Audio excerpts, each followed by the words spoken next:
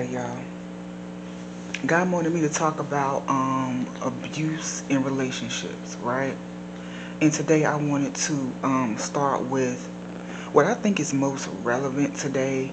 Well, I'm not gonna say the most relevant because I'm not in everybody's bed to know what's going on.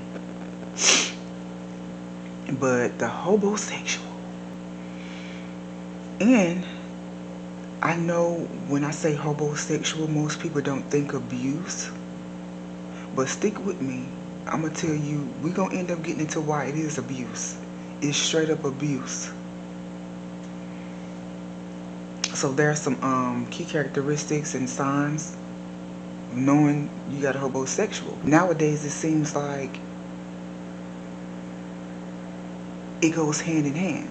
Because back then most women used to be the abused. But now a lot more men are the abused as well and are victims as well. So the first time, this is not funny though. This is not funny. But the first sign of you knowing you have a hobosexual, baby, he is super pressed and wants to move too fast.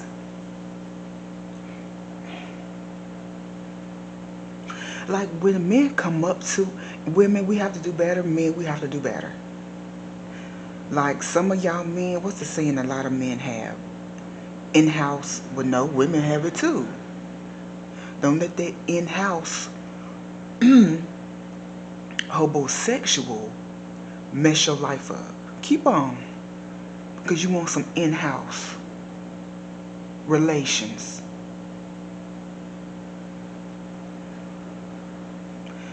The angels is watching. And I was watching, and I'm going to give some examples and some personal ones. And again, once you put God first, baby, he going to show you what's really real. Real deal, holy feel. Because all these homosexuals going to know how you feel. And you're going to keep them out your house. And this example is coming from somebody I actually subscribe to. So he was telling a story about, an ex or something like that. And first it started off as a supporter or a fan. So then they ended up messaging each other. And the person was from like the New York area. And they had moved from the New York, Jersey area. So this person called them. It was like, yeah, I see you staying such and such, and now I always wanted to stay out there. Straight up off the bat, I think that could be a sign to a hobosexual. Right? And I said it once he said that little tiny piece, I said, oh, he just wanted to stay with him. Because you was up here. Now you ranting and raving about where I stay at. And you wanted to stay here so bad. And then the person became so pressed to take him out. This is why you shouldn't always be flattered. Because now you're flattered by who the devil done sent. This is why you shouldn't always be flattered by somebody giving you a compliment or trying to take you out. And be sitting and eating with the wrong people. You have to change that. Switch that up now. Because it blinded you from seeing there was a hobosexual. So now the person mad pressed about taking them out. And I said, oh, see, hey, I'm telling you. Pressed like a panini. Paninis, I've never had one, but they be looking good. So now he's showering him. Take you out, take you out, take you out, take you out. All the while you're impressed, which is what he wanted. And what they'll do is get you comfortable enough with them. Are we comfortable now? Or let me sleep over one night and not just bring a little bag, not too much. You know, get them comfortable with me. Because what they about to do is, yo, you know, let me come stay with you. You know, I think this relationship, bro, we have so much fun together, yo. I don't want to leave you. Like, we have so much chemistry. Yeah, and you need to have the same chemistry with Jesus. You're right. When you put it like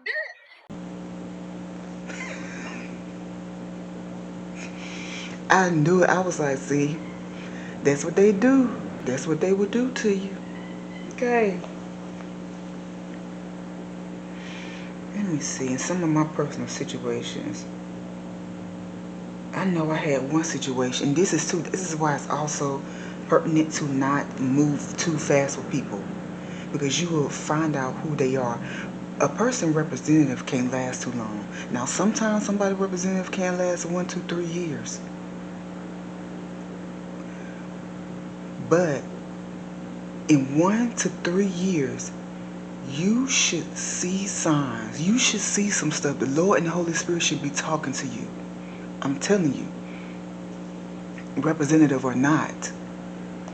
And this is one reason why I also say, stop telling all your business. I had a few situations. Let me try to do this one. Stop telling your business. Because I remember telling one dude, yeah, you know, I got a 3-bedroom house, you know, and it's like a room downstairs or something like that. No, it's pretty cool. And he was like, oh, can I stay with you? Can I stay with you? I pay rent. Talking too much. Talking too much. Stop talking so much. Okay? Tell him you stay in the box outside. I had a dude, I remember, I used to ride the bus. Oh my God, the homosexuality.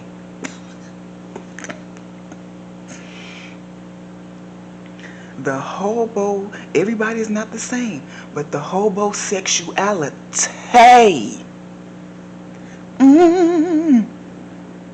Baby, it was too much.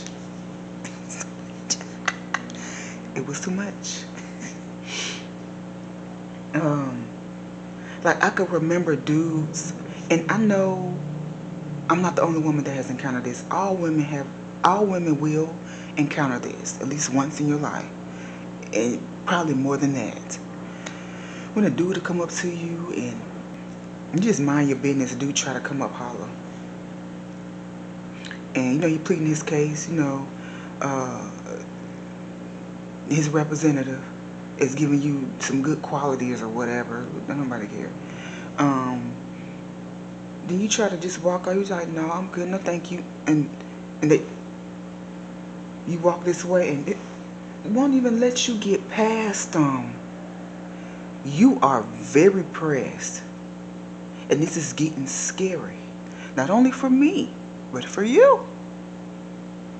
This is ridiculous. There's no need for you to be that pressed. No need. My boy, bye. Move. And let me see.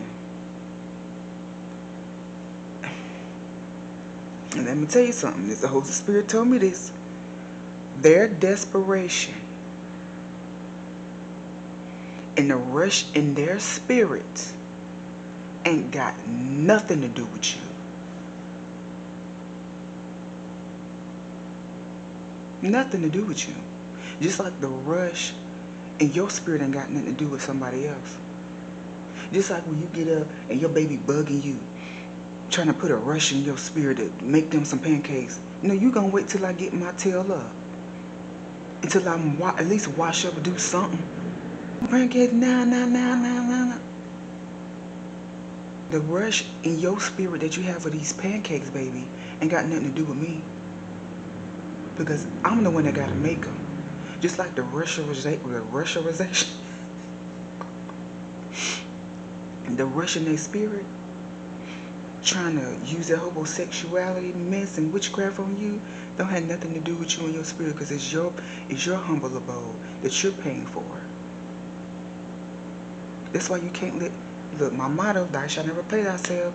Don't let nobody put no witchcraft and stuff all up on you. That is witchcraft. All that lying, trying to make you feel comfortable, getting deep too fast. Don't let them play you like that. I just don't work like that. People, and this is the thing, people, and I've been told this multiple times by dudes, and notice I ain't say men. They swear you hard on the ninja. No, I'm not. I'm really not. You just mad that same crap used on Cindy, Keisha, Larica, and them, all them, ain't working on me. I'm not that easy. I'm not that easy. You can't just feed me what you want to feed me, baby. I have a strict diet, baby. Men, you cannot feed me what you want to feed me. I have a strict diet. And one of the main ingredients in that one is God. Okay? He lets me know things. My diet is strict, and you can't feed me what you want to feed me.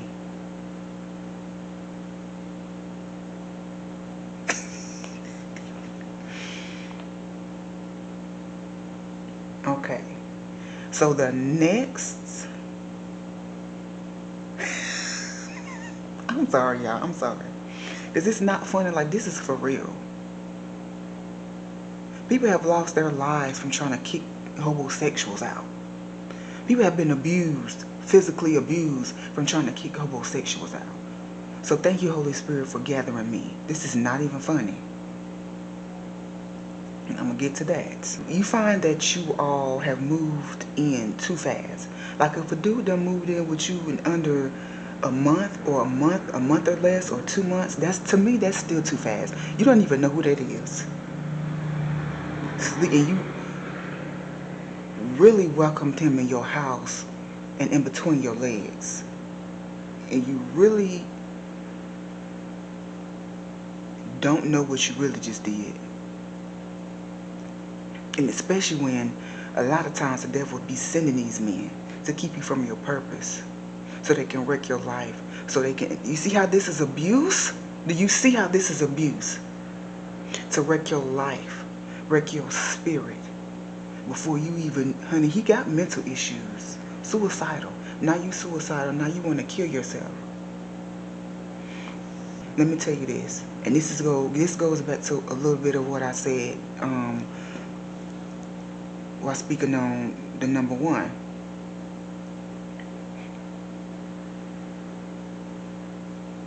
I am grown. I like my space. And in my opinion, no real man with his own space is going up and break his lease and leave his apartment and his own sanctuary to move in with you in 3 weeks. Unless he done lost his job, he ain't tell you yet. But oh, it's coming. Dang, I done lost my job. Man. Dang, man. Man.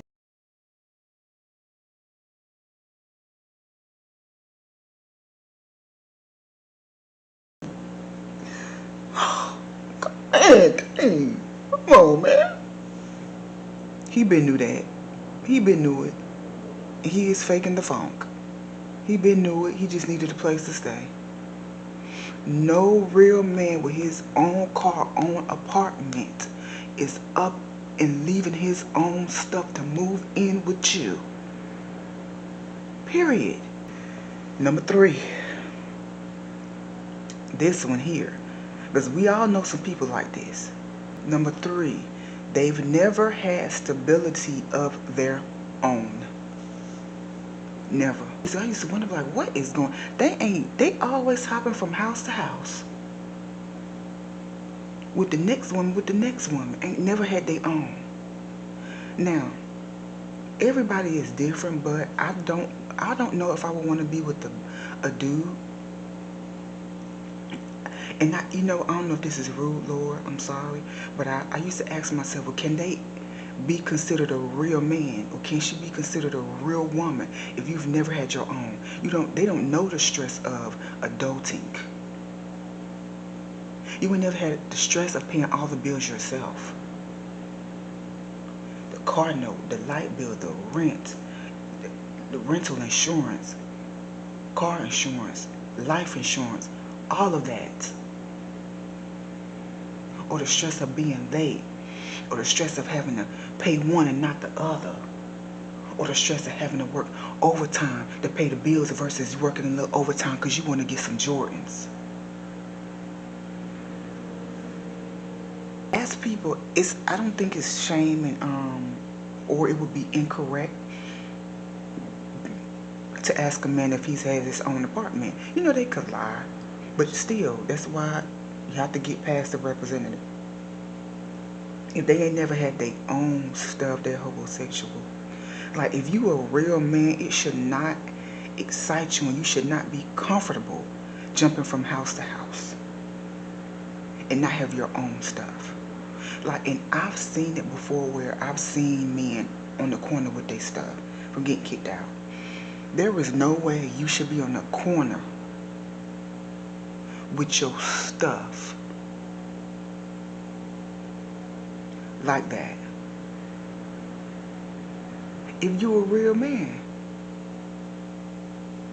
standing on the corner, so you didn't have a car, so you living with somebody paying half the rent and couldn't even manage to work overtime, extra time to put towards the car. Like, that's irresponsible. That is sure enough irresponsible. You can get a piece of car for $1,500, $1,200. You can. I have before. You can. It might not be the perfect car, but I bet you getting the A to B, making moves, which is what women like to see. Okay. Number 4.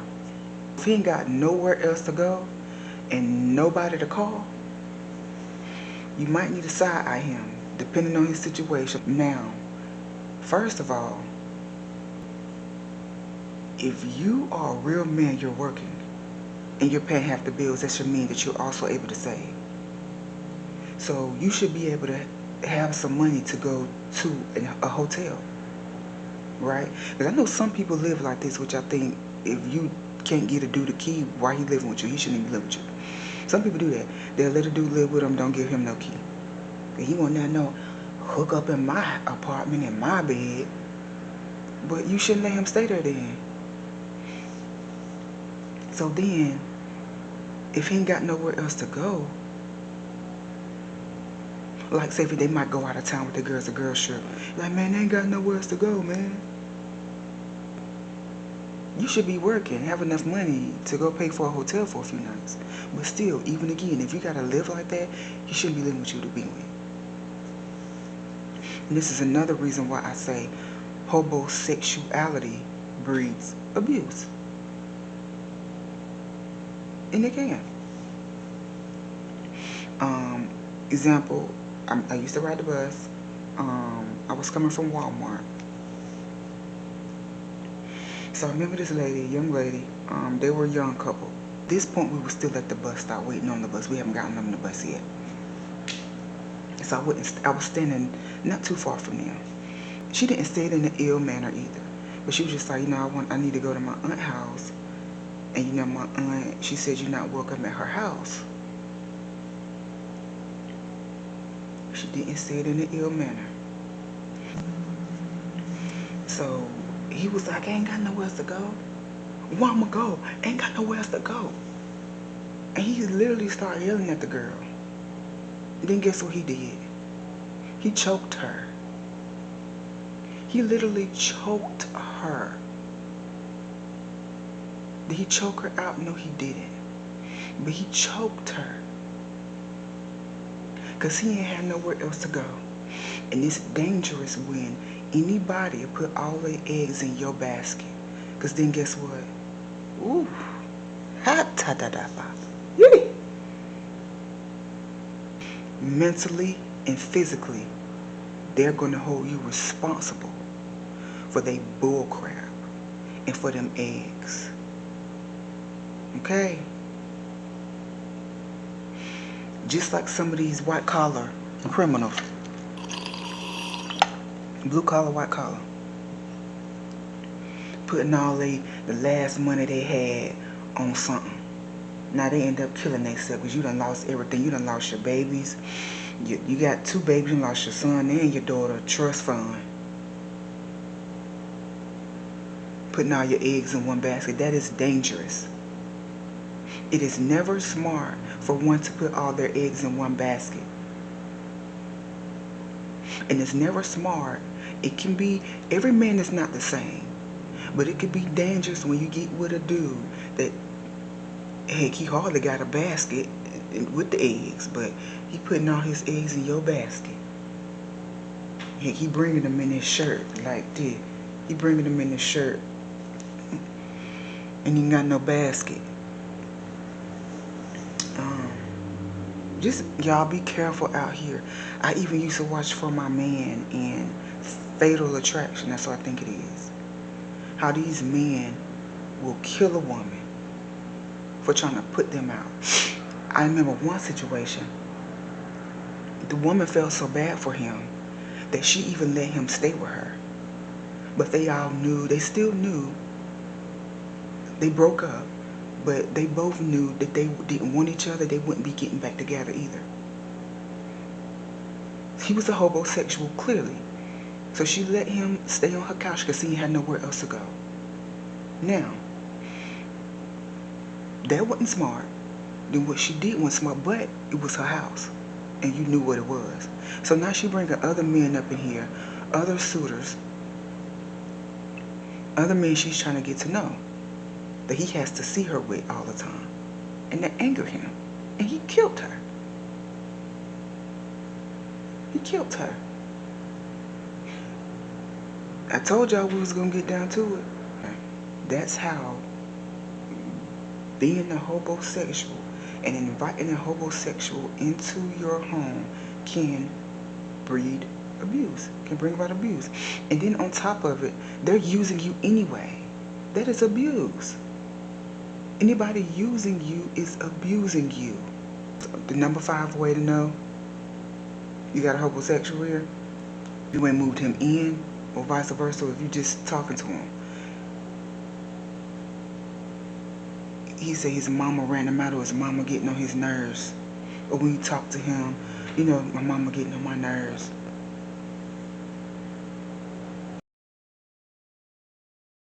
Child, please.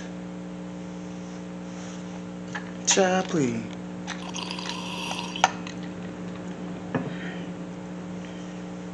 That mama ain't doing nothing but putting some fire under his tail, trying to make him be the man that she know he can be.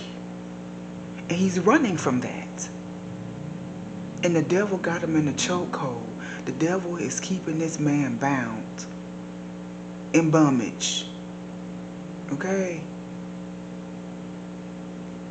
And if you're a real woman, when the man comes stay with you, you're going to have the same, if like I am, you're going to have the same sentiments. So you might as well stay with your mama. Because you're not just about to lay around here either. You're not about to lay around here either, sir. And let him know that you got a good mama. Everybody need a mama like that. Beautiful. Just beautiful. Yeah. If you come over here, I'm going to do the same thing. You might as well stay with your mama. Yeah, stay with your mama. I'm allergic to homosexuality. Yep. She ain't doing nothing but trying to make you be the best man that you can be, the best man that she know you is. Stay with your mama. That's all she doing. But he swears she ain't no good and she getting on his nerves. Why she getting on your nerves? Because she trying to make your tail evolve. The heck? I hope y'all got something from this video. That music. Have you experienced homosexuality? Has your life been consumed by homosexual? Man, get them out your life, man. Get them out your life, sis, bro. Cause, my God, straight up, get them out. Like, I hope y'all learned something. Hopefully you don't have one of these in your life. I'm not a licensed therapist. I've been through these experiences myself. I just know that every dude or every man is not the same. But that's why I always say, put God first. If God is in it, all things are new. If God is in it, He gonna make things known to you. He will. I'm telling you, He will. Get close to God. Pray. Read the Bible. Fast. Study. Take your time with people. This is why, take your time. Because when you rushing, you're with somebody, you're rushing to be with somebody that is so unequally yoked.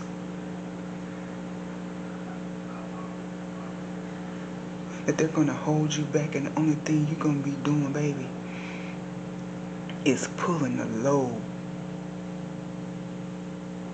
that you don't even have capacity to pull. Because that's not what you wanted in your life. It's not conducive to your life. It don't mean that you don't have the strength. But that relationship is not what God gave you. So He's not going to give you that capacity all the time. He's not. So you want me to make room for this fool? Like, that's what God be saying to us. So God said, let me get this right. You want me to make room for this fool. You want me to give you a bigger capacity to deal with this fool that the devil sent to keep you away from your purpose and all the good that I have for you. You want me to make room. Okay. But it's cool. Because God will be there to put you right back together. Since you swear that's what you wanted when it's not what you needed.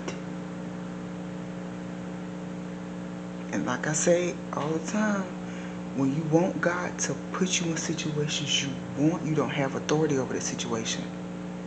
You're going to bump your head. A lot of bumps. You're going to fall down them steps. You're going to get taken advantage of. But you'll learn a lesson. You'll learn a lesson. But when God puts you where He needs you to be, where you need to be, you have authority over that situation. Remember that? I love y'all. Strengthen your mind, your body, and your spirit. Talk to God. You got this. If ain't nobody else told you they love you, I love you. Baby, we got a shot to get this right. We got to get this right. Okay?